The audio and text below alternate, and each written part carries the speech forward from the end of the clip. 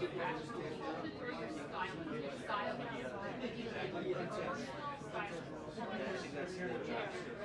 Sound and then like I have a personal style.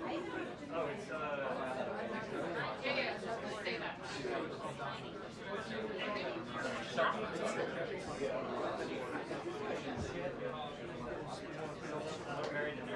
You're bougie. I mean, I'm already like your bougie. You're a personal shopper. Yeah. sure. I'm giving it.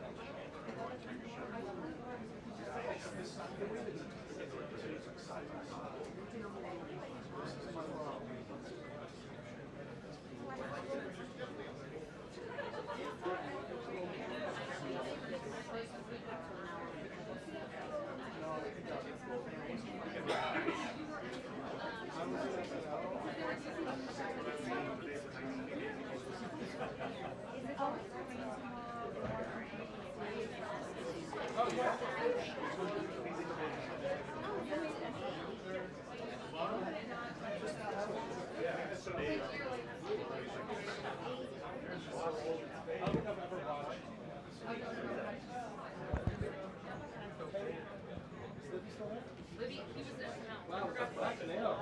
SNL, like this, they skit on tech stuff. And it was on they like, Those days are awesome. oh my gosh, so he basically daytime. Because of the color of my nails.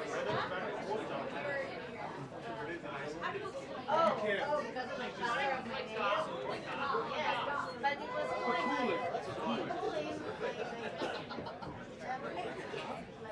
I wish they'd buy me a I got a 12 to 24 in the back.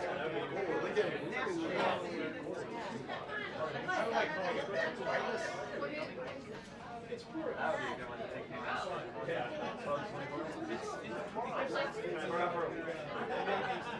Take it to Gives off a young dark, but it's not black, it's chocolate. Oh, I perceived it as dark. It's like, you see the It's almost chocolate.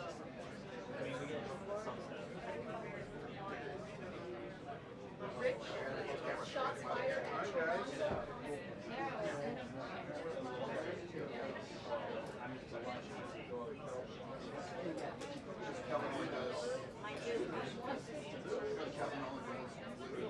So did they just like do they put it in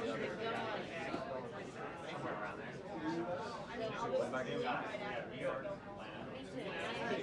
okay, wait. It's on the way.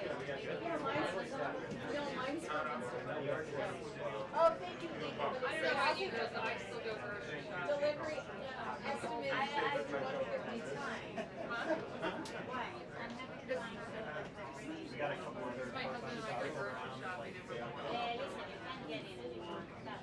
There's stuff. You can't control like last time.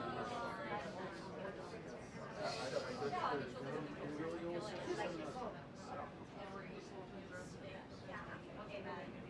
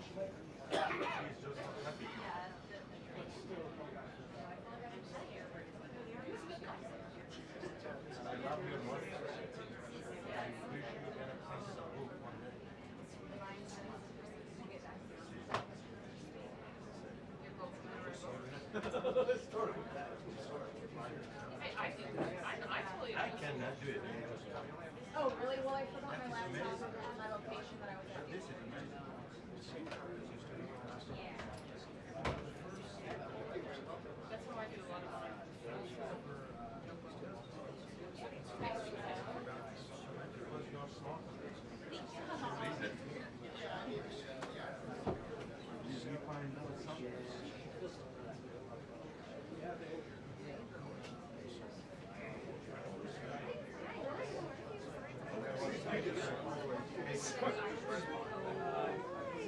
we just texted you. No, not You apologize for trapezing his face. Oh, yeah, yeah. Okay, that was funny. No, CBS.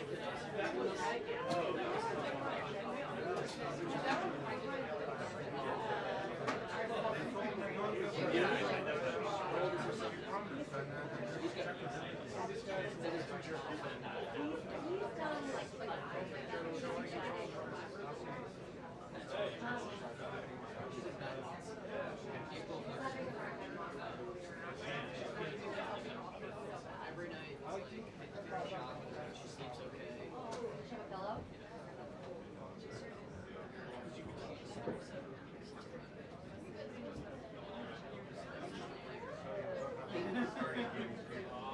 Oh,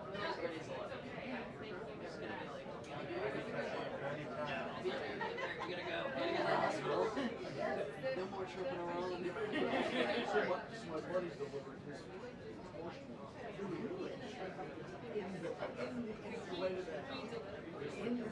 right to his house as they were literally. Julio could do that. Yeah, and I think very similar to the second one. That's way. You turned up the volume? Yeah. Turned up the volume? It's not a horse story. No, it's actually beautiful. There's gonna be a lot of excitement, guys. It's gonna be right. That's all nursery. I mean, that's a father bonding experience that. That's exactly. Thank you.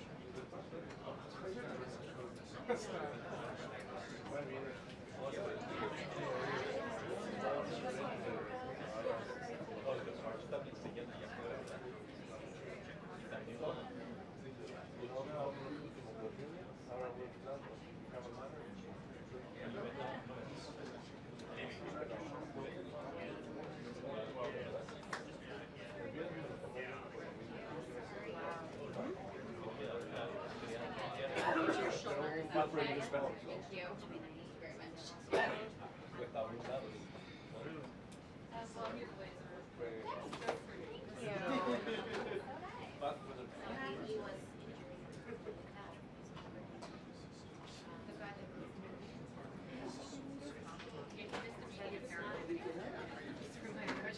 That's why you don't put me.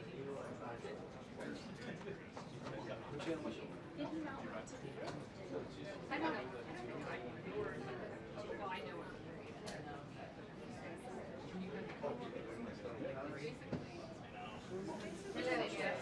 it.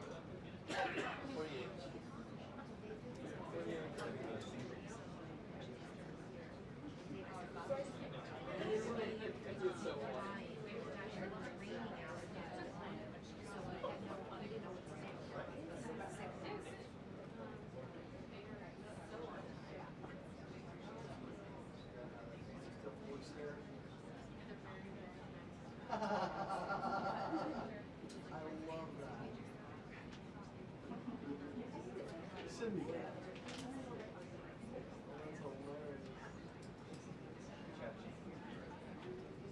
Hey, John. Yeah, we've seen how much this administration's messaging can impact oil prices. Just a short while ago, the Energy Secretary, Chris Wright, took down a post saying that a U.S. Navy ship had successfully escorted an oil tanker through the Strait of Hormuz. That good news sent oil prices lower, and then when they took it down, it came up a little bit. Still unclear why the post went up in the first place or was taken down. We hope to get those answers in the briefing. But the messaging has also impacted things like stock prices over the course of this war. The president told CBS over the weekend that the war was pretty near complete, and then told Republican lawmakers in Florida that there's still a bit more to do, that wants to make sure that the regime does not rise back up again, and saying we've already won in many ways, but it's not enough. The president has declined to give a timeline really on how long this could last, saying the main objective is just ensuring that they complete the mission here. But he declined to say whether the U.S. feels it needs to take out this new Ayatollah, Khamenei's son, and Pete Hegseth, the Secretary of War, said that today is going to be the most intense day of strikes since the start of this operation, as those Iranian leaders continue to block oil going through the Strait of Hormuz, through which about how much of it, sorry, making sure that I have my facts right, a bit of the world's oil supply flows. So there are some open questions on those topics. We are, of course, also watching the risk for domestic threats here in the U.S. There were reports that there were sleeper cells that received messages potentially from the regime to activate domestically. We want to hear from the White House what that means, especially with the partial government shutdown impacting the Department of Homeland Security. Democrats still refusing to fund Homeland over protests about how ICE is being handled. And of course, we are looking for any answers we can get on where the president's head is at about boots on the ground after there were some reports last week that he was potentially mulling that. So a lot to get to, and we'll bring it all to you.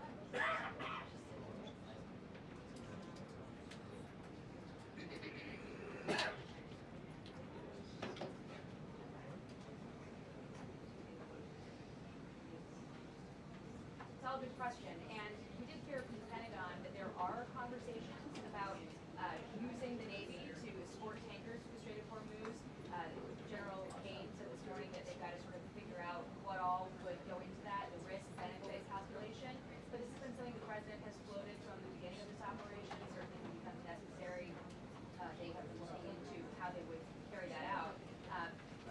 But we don't yet have any indication that that has begun. And whether they plan to start it soon, hopefully we'll get that answer today.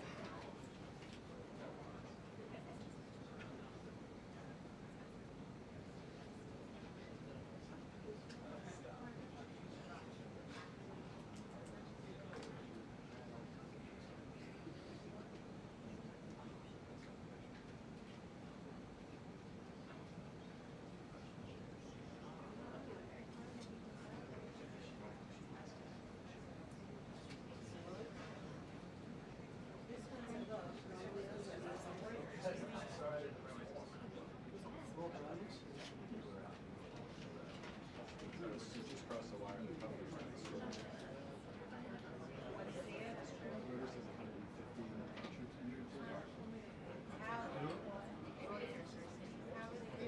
That's it. That's all. Is that a question?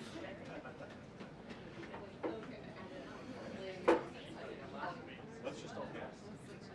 No, maybe we should ask her. Well, that sounds like Wait, Garrett needs to write. Right. Come on, Garrett.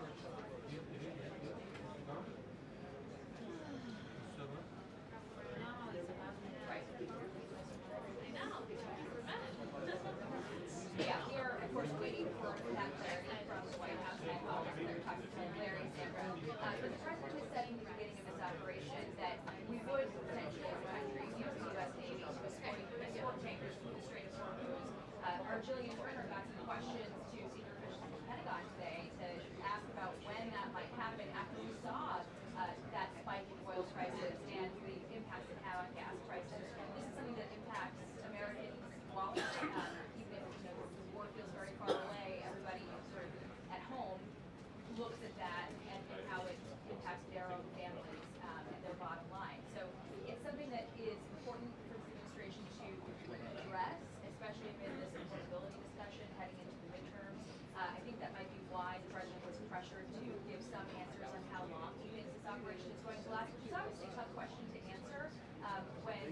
a war is a war, and it's hard to anticipate what's coming next. What they can articulate, though, is what their goals are. They stated that at the very beginning of this war. Now we just have to hear what it is they need to be able to stabilize oil prices, and whether that means sending U.S. Navy tankers, Navy ships to escort the tankers, or potentially just continuing to take out the threat in Iran that is holding up the traffic in that major shipping lane.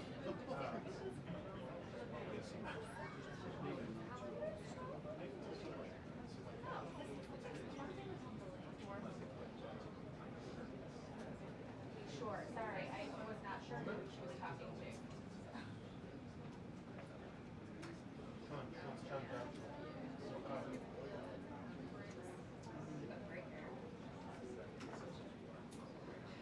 I just told him that. So he has TV.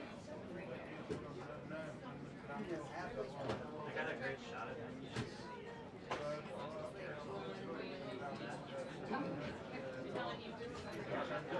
That's slow motion.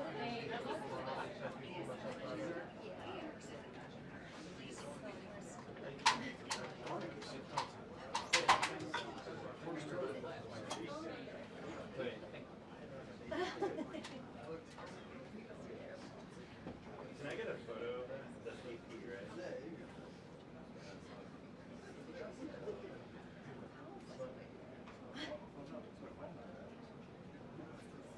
Get that old girl back.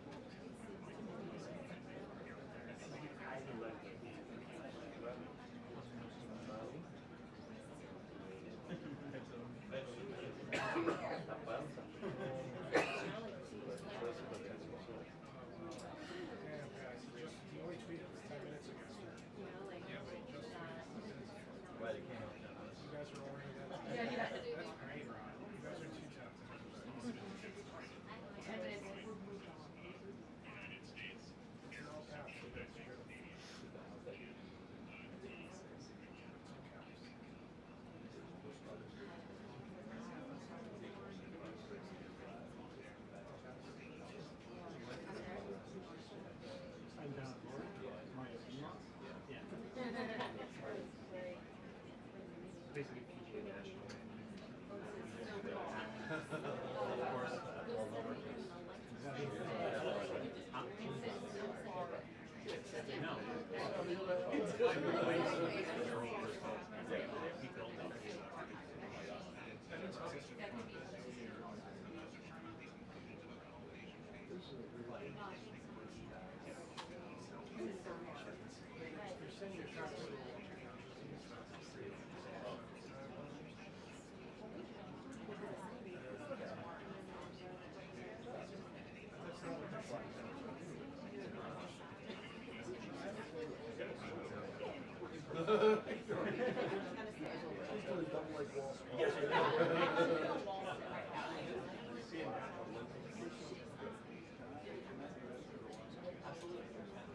Basically, this is my shot. So when you do it, look cool.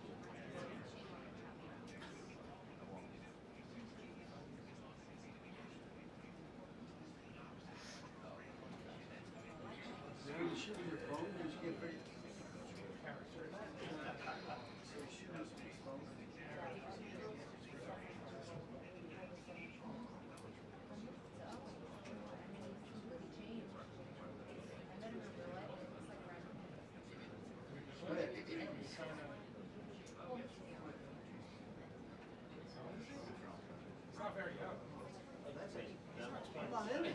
Why is that? I mean, if I did this, I think he was sort of. I honestly don't know.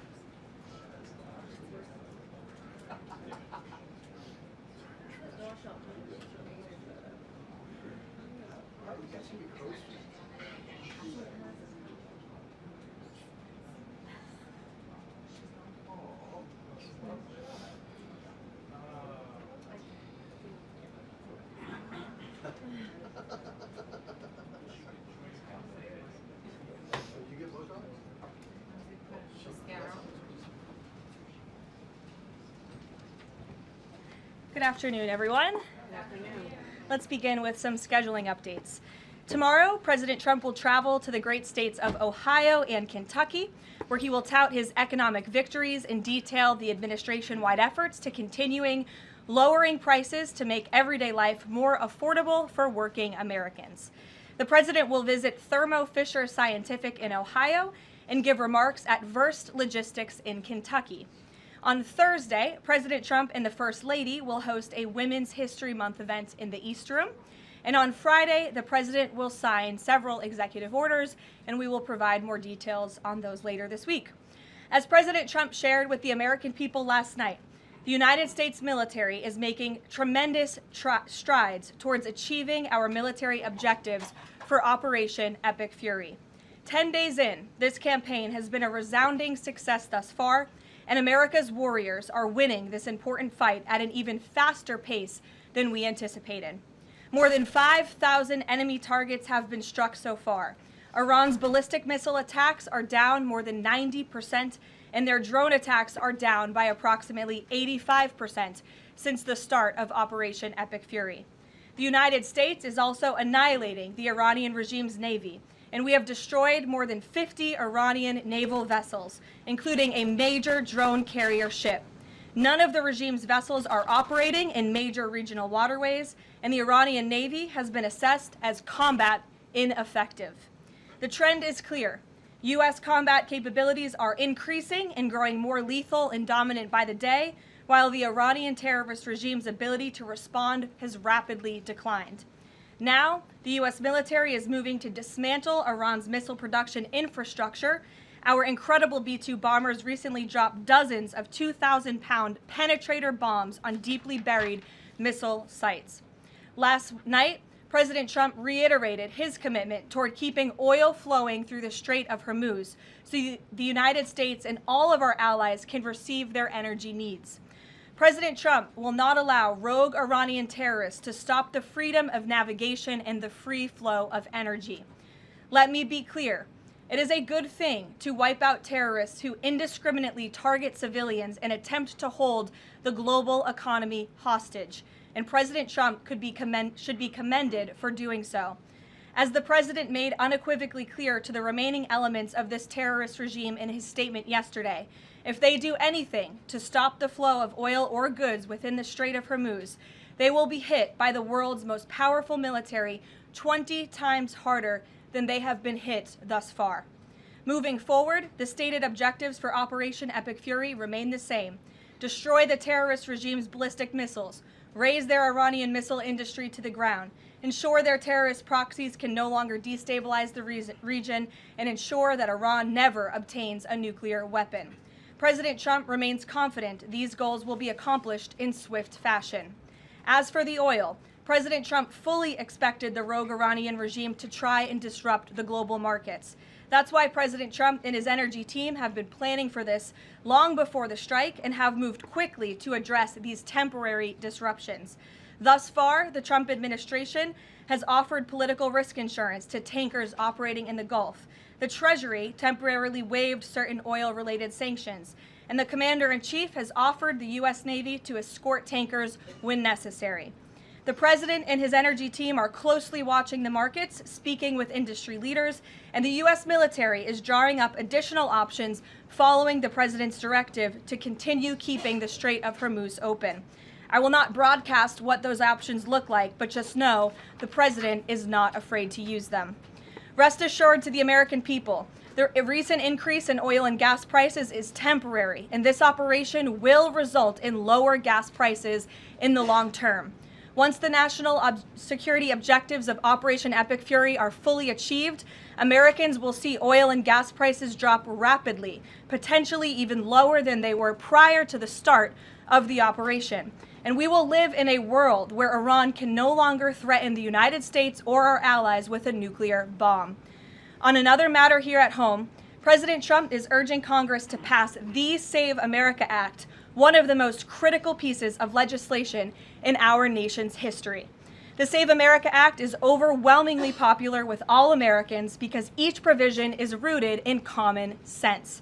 The Save America Act has 5 simple requirements as requested by the President of the United States. Number 1, voters have to show ID to cast a ballot in an American election. Very simple. 90% of Americans, including more than 80% of Democrat voters, agree with this. Number 2, the Save America Act will require all voters to show proof of citizenship in order to register to vote in American elections. Again, this is popular and rooted in common sense. Only American citizens have the right to vote in American elections. But after Joe Biden and the Democrats allowed tens of millions of illegal aliens into our country, it's more important than ever to ensure that only American citizens are registering to vote on our nation's voter rolls, and Congress needs to pass this. Number 3, the Save America Act abolishes the incredibly unsecure practice of universal mail-in ballots, which throw the door wide open for fraud. Importantly, the Save America Act maintains exceptions for Americans to use mail-in ballots for illness, disability, military, or travel reasons. The bipartisan 2005 report of the Commission on Federal Election Reform, chaired by, of all people, former President Jimmy Carter and former Secretary of State James Baker, concluded that, quote, absentee ballots remain the largest source of potential voter fraud, and it is time for Congress to finally address this. Number 4, the Save America Act permanently bans men from competing in women's sports. President Trump signed a landmark executive order upholding the promise of Title IX and ending this dangerous and unfair practice. But now it's time for Congress to codify this into law. Number 5, the Save America Act bans transgender mutilation surgery for children. Again, President Trump signed a common sense executive order to do this and kept his promise to the American people, but now Congress needs to do the same and codify it. It's well past time for Democrats in Congress to stop perpetuating the radical and false claim that you can somehow change a child's sex. You cannot.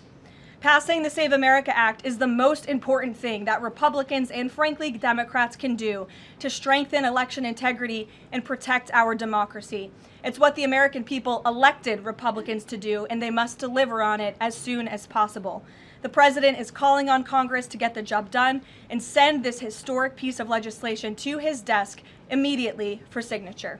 So with that today, I will take your questions. Benny, thank you for being here, and why don't you start us off? Thank you, Caroline. So my first question is actually about the Save America Act. So one of the biggest things that the Democrats are saying, the claims that they're making, is that the Save America Act, it would prevent married women from voting in elections or make it harder for them. What do you have to say to those claims? Is there any validity to them, and where do you think they're getting this from?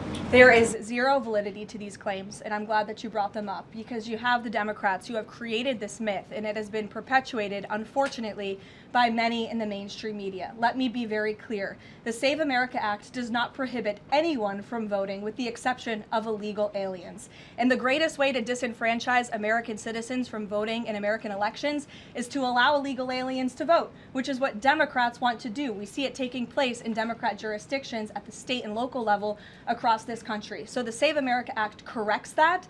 And as far as married women who have changed their name, if they're already registered to vote, they're entirely unaffected by by the SAVE Act, and for the small fraction of individuals who have changed their name or their address, they can still register to vote, of course. They just have to go through their state processes to update that documentation. And this is something that the American people, married women and minorities and people all across this country who Democrats are insultingly saying cannot do this, they're already doing it every day, going to the Social Security office, going to the DMV, and I think it's frankly insulting that the Democrats are saying that there are certain groups of people in this country who aren't smart enough to update their documentation to allow them to vote. Again, this is a huge myth, and thank you for giving me the opportunity to address it. Of course, and then just one more question about DHS. The funding issue has been 3+ weeks now.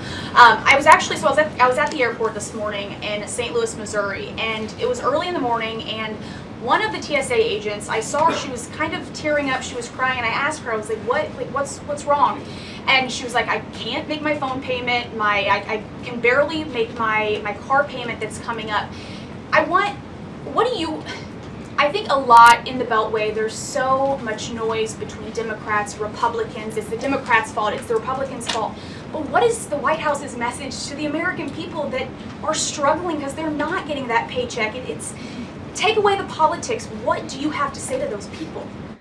President Trump wants the Department of Homeland Security. He wants TSA, he wants FEMA, he wants the brave men and women of our United States Coast Guard to receive their paychecks, and he wants this department to be fully funded and fully reopened. And so to any American out there who is struggling without a paycheck, we know there's more than 100,000 of you across the country. To any American out there who is showing up to an airport and facing incredibly long wait times and lines, call your Democrat member of Congress and tell them to fund the Department of Homeland Security. That's what President Trump wants to do, and it's completely ridiculous that the American people are suffering as a result of these partisan games that are being played by Democrats on Capitol Hill. Thank you. Steve. You said the operation was going faster than anticipated. What is your current timeline for how long the war will last? So look, as you know, Steve, the president and the U.S. military's initial timeline was about 4 to 6 weeks to achieve the full objectives of Operation Epic Fury. Again, to destroy their missiles and their ability to make them, destroy their Navy, permanently deny them nuclear weapons forever, and to, of course, weaken their evil terrorist proxies in the region. We know that the U.S. military and our brave warfighters are quickly and expeditiously executing these objectives well ahead of schedule, but ultimately the operations will end when the Commander-in-Chief determines the military objectives have been met, fully realized, and that Iran is in a position of complete and unconditional surrender, whether they say it or not. Does the president still want Iran's unconditional surrender? Well, when President Trump says that Iran is in a place of unconditional surrender, he's not claiming the Iranian regime is going to come out and say that themselves. What the president means is that Iran's threats will no longer be backed by a ballistic missile arsenal that protects them from building a nuclear bomb in their country. I could make an empty threat, but if I have no actions to back it up, then it's an empty threat. And so President Trump will determine when Iran is in a place of unconditional surrender, when they no longer pose a credible and direct threat to the United States of America and our allies. Adriana. Can you explain why the Energy Secretary posted and then appeared to have deleted a post on X saying that the U.S. Navy escorted an oil tanker through the Strait of Hormuz? Yes, I was made aware of this post. I haven't had a chance to talk to the Energy Secretary about it directly. However, I know the post was taken down pretty quickly, and I can confirm that the U.S. Navy has not escorted a tanker or a vessel at this time, though, of course, that's an option the President has said he will absolutely utilize if and when necessary at the appropriate time. And if this was something that was posted erroneously, could it be because of a staffer? I guess, will there be any consequences for this? I know you still have to consult, but just generally speaking. Again, I would defer you to the Department of Energy to answer that question. And if I could just follow up really quickly. Sure. In terms of oil sanctions, the President said that there would be some sanctions that would be lifted. Would those be on Venezuela, Russia? Could you give some specifics there and then timing for that as well? Sure. I know it's something that the Treasury Department and the President's energy team continue to discuss, and they will ultimately consult with the President before decisions are made. I don't have any announcements on new sanctions or the lifting of new sanctions for you today. Alex. Thank you. Reuters has reported that about 150 U.S. service members have been injured so far. Can you confirm that number and elaborate on that? I can't confirm the exact number. I know it's within that ballpark, but I would defer you to the Pentagon for a specific number of wounded or injured thus far. And then secondly, if I can, I wanted to ask about, excuse me, there was a briefing on the Capitol Hill today, and some senators came out and said they were more convinced than ever that there would be U.S. boots on the ground. Senator Blumenthal said that, in fact. Your reaction to that, and any update on President Trump's thinking about it? Look, I would say that Democrats on Capitol Hill are clearly being quite disingenuous. 3 years ago, not a single Democrat voted against the resolution condemning Iran as the world's leading state sponsor of terror. Yet now, with President Trump as commander-in-chief finally taking the action that so many Democrats have called on the commander-in-chief to do for many, many years, to wipe out the threat of a rogue Iranian terrorist regime, now all of a sudden Democrats are playing politics with this long-standing bipartisan policy of the United States, and 53 of them in the House recently voted against the resolution condemning Iran as the world's state sponsor of terror. So I wouldn't take Democrats at their word. As for boots on the ground, the president has talked about this repeatedly. Wisely, he does not rule options out as commander-in-chief. So again, I would hesitate to confirm anything that a Democrat on Capitol Hill says right now about the president's thinking. Garrett. Karoline, you outlined to Steve the military components of what would be involved in ending this war, but it seems like there's a political component too. The president said to Fox earlier today that he doesn't believe the new Ayatollah can live in peace. He made a variety of comments suggesting that he should be involved in picking the new Iranian leader. Is the ending of this war also contingent on Iran selecting a leader that the president finds acceptable? And if so, how is that not the definition of a regime change war? Look, as President Trump has blatantly and frankly stated, it's obviously within the best interest of the United States and the West to no longer have a radical terrorist in charge of Iran, especially as we see their reaction to Operation Epic Fury. They had their missiles turned towards our Gulf and Arab partners in the region. Again, this was a regime that chanted, or still chants, death to America. We look at the way that they are holding the entire world hostage with the restricting of the free flow of energy through the Strait of Hormuz. So the president, I think, is making quite an obvious comment. Again, as for the timeline of the military operations with respect to Iran, we have objectives that we have laid out that the commander-in-chief wants to see achieved. When they are achieved, then it will ultimately be up to the president to end this operation. Okay, so I think you're not exactly addressing my question, though. Is that political objective also necessary for the president to decide to end this war? Look, again, I just told you the objectives of Operation Epic Fury. When those objectives are met, the president will dictate the end of these operations when he deems that Iran no longer poses a credible threat to the United States of America. And again, it goes back to, what does that unconditional surrender look like? Iran can talk all they want, and their words will be very empty when we've completely annihilated their navy, as we are doing, when we've taken out the threat of their ballistic missile capability, when we can firmly, finally ensure that they can no longer make a nuclear bomb to threaten the United States and our allies and our troops in the region. And that's what President Trump is ultimately seeking to do with respect to this operation. Jennifer. There was a shooting outside of a synagogue in Baltimore. Do you know if the president has been briefed on that, and do you have any more details on what happened? I don't, but we certainly will get you more details, Jennifer, and I don't know if the president has briefed, but I'll check on that when I get back to the Oval Office after this. Sure. Thanks, Karoline. The president said yesterday for the first time that he had to strike Iran because he believes that Iran was going to strike U.S. targets within 7 days. And then he bumped that down later to 3 days. Where is he getting that? Well, that's not the first time the president has said that he chose to launch Operation Epic Fury because he felt as though Iran was going to strike the United States and our assets in the region first. Again, I addressed this in the last briefing.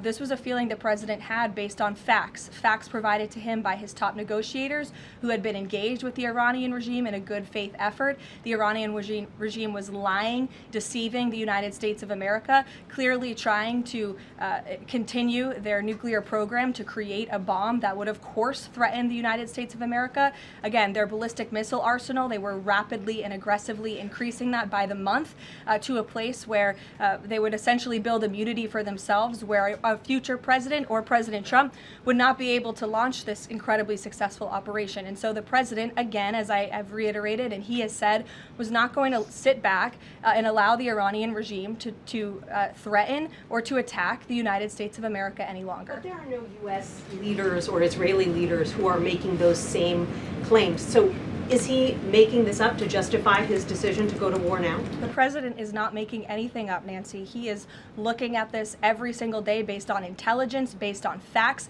and based on intelligence that he himself and his negotiators have consumed based on their, again, negotiations with the rogue Iranian regime over the past year.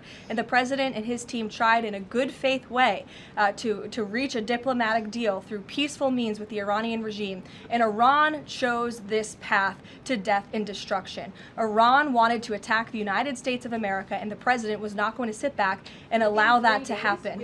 He was not going to sit back and allow that to happen, and everyone in this room should be grateful for it. John. Thanks a lot, Caroline. Two questions for you. One has to do with a follow-up to your statement that you made at the beginning of the briefing regarding the Save America Act. Sure. Yesterday, the Senate Majority Leader John Thune spoke on the effort to potentially have a filibuster broken, the rules for the filibuster broken. He said the votes aren't there, one, to nuke the filibuster, and the votes aren't there for a talking filibuster. He says that's the reality. What's your reaction to what Senator Thune said? Look, I think President Trump, the urgency behind his need to pass the Save America Act and his desire to get this country-saving legislation passed has been made quite clear. He wants all options on the table, and he wants the Senate to move as quickly as possible through whatever means necessary. And then secondly, just regarding the president's trip tomorrow, looking ahead, why Ohio and why Northern Kentucky? Well, why not? These are two great states with great Americans. Just wanted to know why they were chosen. Great states with great Americans. The president will be joined by lawmakers from both states who he greatly admires and respects and supports. And he'll be meeting with business owners in both of these places and talking about the economy, which is, of course, the utmost importance to him. Caroline. Thank you. Last week, the Energy Secretary issued a waiver for India to get oil, Russian oils, during this energy crisis. Yes. Have you spoken to the President about it? What's the idea behind this? Have I spoken to the president about it? Yeah. Yes, I have spoken to the president about it.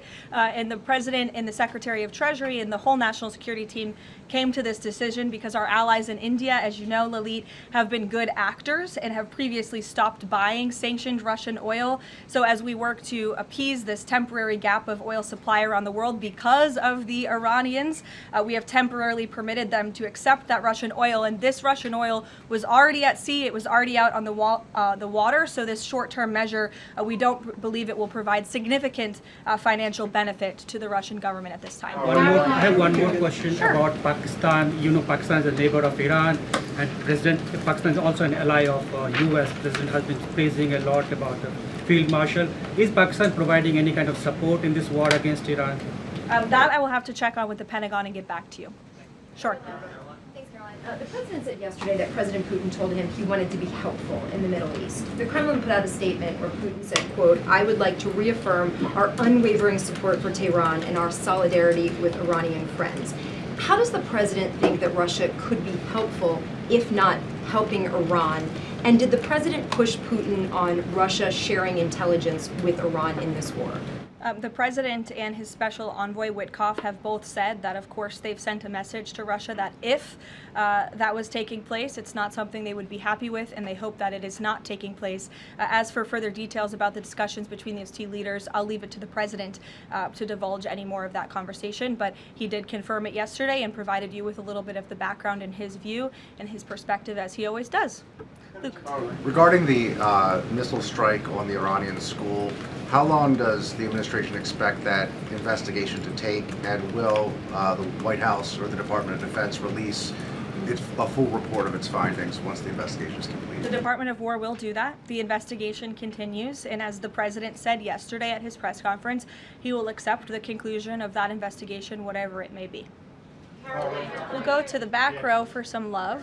Sure, in the back with the glasses. Go ahead. Regarding the shield of the Sitting Americas. down. Caroline, is there And then you can go, but go first. Okay, thank you. Is there an update regarding You have rough real estate back there, so I'm is trying to give you is some there an love. update regarding Cuba, and also is an economic deal imminent?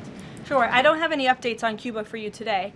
Obviously, this is something the administration is actively dealing with. The president's made it quite clear, it's his belief, based on fact, that the Cuban regime is bound to fall. The country is obviously in a very weak place, economically speaking. The people are crying out for help, and the president believes and knows that the Cuban regime wants a deal. So as you know, Secretary of State Rubio has been engaged in those conversations as directed by the president. I don't have any updates for you today, though.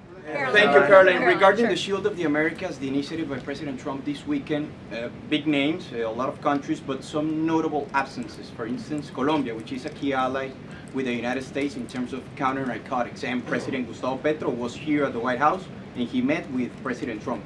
Why wasn't Colombia invited to the Shield of the Americas? I don't think we're seeing the level of cooperation we quite want to see yet from the Colombian government to invite them to the Shield of America's event and pact, but we certainly hope that this newfound organization will expand and we can continue to invite additional member countries. But there was quite a few countries there. I believe there were 17 countries represented, 12 heads of state with the president over the weekend.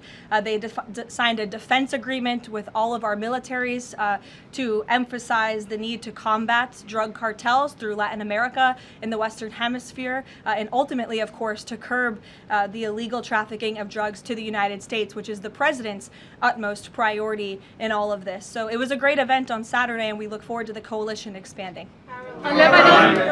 Kelly in the back. Caroline, thank you. Good to see you. I want to get back to another question that was asked earlier. It talked about the political aspects, but there's also the ideological and the spiritual aspects of what Iran has said for 47 years. Death to America, death to Israel. And we've just finished talking about the fact that terror has been around the world. Iran has been the nexus of that in so many ways. Has the president stated clearly to the American people why this is such an imminent threat in order for Democrats on Capitol Hill and Republicans and the American people to understand how imminent the threat was? I think he has, Kelly. I mean, you've heard from the president on an almost daily basis over the course of the past 10 days. You've heard it from me at this podium. You've heard it from the Secretary of War, the Secretary of State, the Vice President of the United States. You know, the president's top cabinet and his officials have been repeatedly explaining to the American public the threat that Iran has posed to our country in this moment, but of course over the course of the past 47 years. And their words, again, chanting death to America, speak for themselves. Go ahead. You can follow up. Why the division within the American people? I realize that we have the people are talking about the War Powers Act, they're talking about all kinds of issues, but have people forgotten just how imminent that threat was? If they keep saying death to America and death to Israel, they mean it. Look, I don't think the American people have forgotten, but I think Democrats on Capitol Hill, they have not forgotten, but they are just so plagued with this resistance to President Trump on everything that they do that, again, they can't even rally behind the common sense, bipartisan, long-standing principle of the United States of America that Iran absolutely poses a threat to the United States, that Iran is the world's leading state sponsor of terrorism, and I think that's reflected again in their voting pattern. In 2023, every single member of the House of Representatives, with the exception of one, I believe the final vote was 412 to 1 in 2023 for a resolution condemning Iran as the world's state leading sponsor of terror. And now in this year, under this president, in 2026, 53 Democrats voted against that exact same resolution with the exact same language. I don't think that's a change in the threat that Iran has posed to the United States. I think it's a change in the Democrat Party's thinking and their vicious hatred for President Trump. Danny? Sure. National threat level, following on Kelly, what's the national threat level right now because of this death to America, death to Israel issue? I believe the Department of Homeland Security and the FBI have repeatedly and continuously provided updates on the threat level to the homeland. I don't want to speak on it out of turn from up here, but of course, the federal government is continuing to coordinate and partner with local law enforcement agencies across the ground to thwart potential threats to the homeland. This is something the administration obviously takes very seriously. We are thwarting threats that, frankly, most Americans don't know about because they never make headlines, but that's the great work that the Department of Homeland Security is doing, and it emphasizes and underscores the point of why Democrats need to fund and reopen fully the Department of Homeland Security right now. Daniel. On the Iranian school, why did President Trump say yesterday that Iran may have Tomahawk missiles when there are only 3 other US allies plus the US that have those missiles and therefore could... Look, again, as the president said yesterday, he will accept the conclusion of this investigation by the Department of War. I know there's been a lot of speculation in the media about who may be responsible for this. We're not going to get ahead of the Department of War and the conclusion of that investigation. The president has a right to share his opinions with the American public, but he has said he'll accept the conclusion of that investigation. And frankly, we're not going to be harassed by the New York Times, who's been putting out a lot of articles on this, making claims that have just not been verified by the Department of War, to quickly wrap up this investigation because the New York Times is calling on us to do so. Thank you. Hi, thank you so much. Karoline, with the DHS currently under a partial Democrat shutdown, does the administration have any specific concerns about potential impact on Homeland Security or intelligence monitoring of sleeper cells inside the United States? And do you have any comment on the bombing, the 2 individuals that bombed New York City or tried to? Yeah, it was absolutely despicable to see that attack in New York City. I know the FBI is investigating, and the Department of Justice and SDNY have announced they are charging those 2 individuals and alleged terrorists, and I know they won't rest until justice is sought in this case. Daniel. Thank you, Caroline. Appreciate it. Millions of Americans are filing taxes for the first time since the president signed the One Big Beautiful Bill Act into law. New reports say that new IRS data says that the average federal tax refund is around $3,800, a little bit up from the last period of last year. Does the president believe that the average federal tax refund increasing this year could provide a little bit more economic growth, something that he's been very focused on as the year progresses? Absolutely, and Americans are going to start benefiting from the fruits of President Trump and Republicans' labor through the passage of the One Big Beautiful Bill and these historic tax cuts. We are midway through tax season, so just to provide an update from the Treasury Department that just went out moments ago, nearly 63.5 million tax returns have been processed thus far, 45% of the anticipated total number of tax returns by April 15th, so don't forget to file your taxes, people.